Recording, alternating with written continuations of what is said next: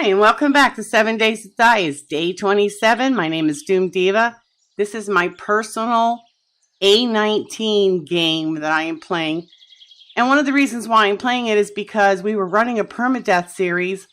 And on day number 12, when I logged in to, continue with our game, I found out that there was a blinking cube following me on the screen. And when I sent a message on the forums to the devs about it, they told me it meant that my seed was broken and that I should not play on it and restart my game. So because in that specific permadeath series, we were going to build a drop base and never got around to doing it, I came over here and decided to start a new game for myself, build the base, and once I had it done and tested, I would show it to you. So what you see before me on the screen is the drop pit base that I created. It is surrounded by 8 blade traps, which is run by a solar bank and batteries that's hidden directly underneath these pillars. You can see it down there. And what happens is at 21:30 every night, regardless of whether it's a horde night or not, the solar bank will turn these blades on. Now the reason why I'm running them every day is because I have 4 forges and I run them all the time for the amount of concrete that I need for this base. And that means screamers. So she'll walk over here and the blades will take care of her, and then I don't have to worry about her at all. So let me give you a tour of this base. This was the one that I wanted to build originally for us on the permadeath series, but never got around to it because the game got broke. So first things first, let's go all the way down here. It has several levels. On the bottom level is where our generator banks are that power up these electric fences. Now there are 6 fences on each side, which means a total of 24 fences. They're connected to one another, so there's 12 groups. And what happens is they crisscross in the center here. They come from this side of the wall over there, and then from this side of the wall over there. They crisscross in the center.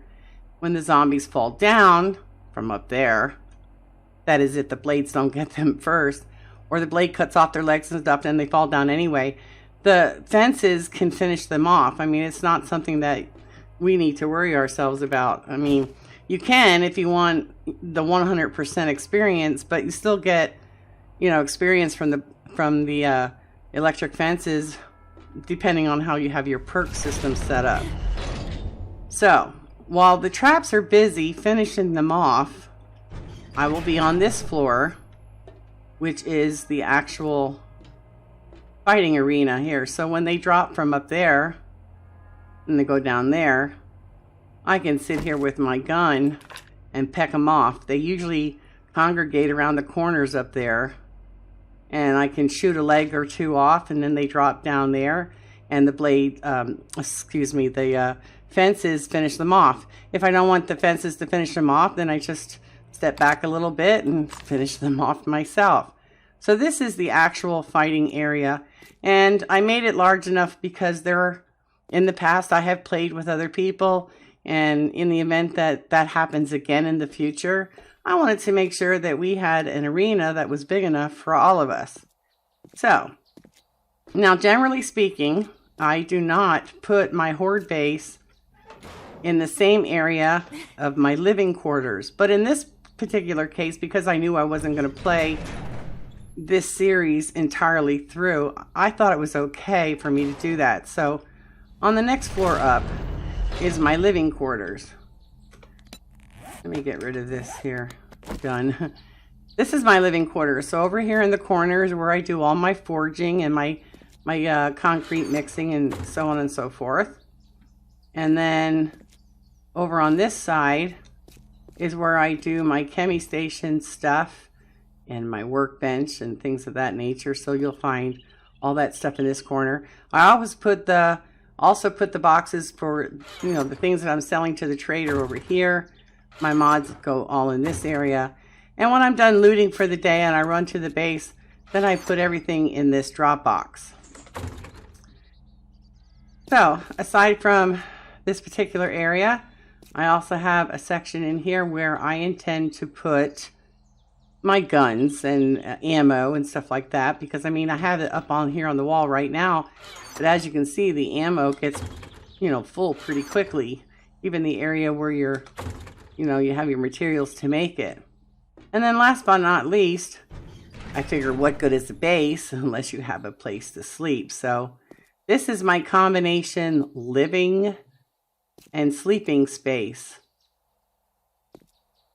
So that's what this area is here. And then off of my living sleeping space is my, you know, quaint little kitchen. I didn't think I needed something that was super big, but just enough to put my drinks in, my canned goods, you know, meats, whatever. So anything underneath the campfires here is stuff that, you know, is already made. And this stuff over here is stuff that you can use to make. And then canned goods obviously are on that side. And then all my seeds are over there. And my blank, my chrysanthemum and all that other stuff is up in the top cupboards, but it's no big deal. And this section here holds my ores, you know, here on the bottom. This is my rock, my stone. This is my sand and cement that still needs to be processed, and then obviously that's the stuff that's done. So above this area, let me once again go through the wall here, you know, is another 1, 2, 3, 4, 5, actually it's 7. So even if I wanted to, and I wanted to, you know, break through the wall up here and make another floor so that I could be fighting as close to the top, see? You've got all this area here. I could literally put maybe poles or pillars up in this area, and I could really stand right here and start shooting zombies right from here. And if they drop down the bottom, I'm not really worried about it because, once again, the fences can take care of them. Now, when I started this series, I started over here in this little house, and I needed an area to stay at. You can see my tree farm. I needed an area to stay at in order to, you know, gather the resources in order to start that base over there. So, you know, I started here, and I quickly outgrew this house. And the reason why I picked this one is because it's directly across the street from the trader.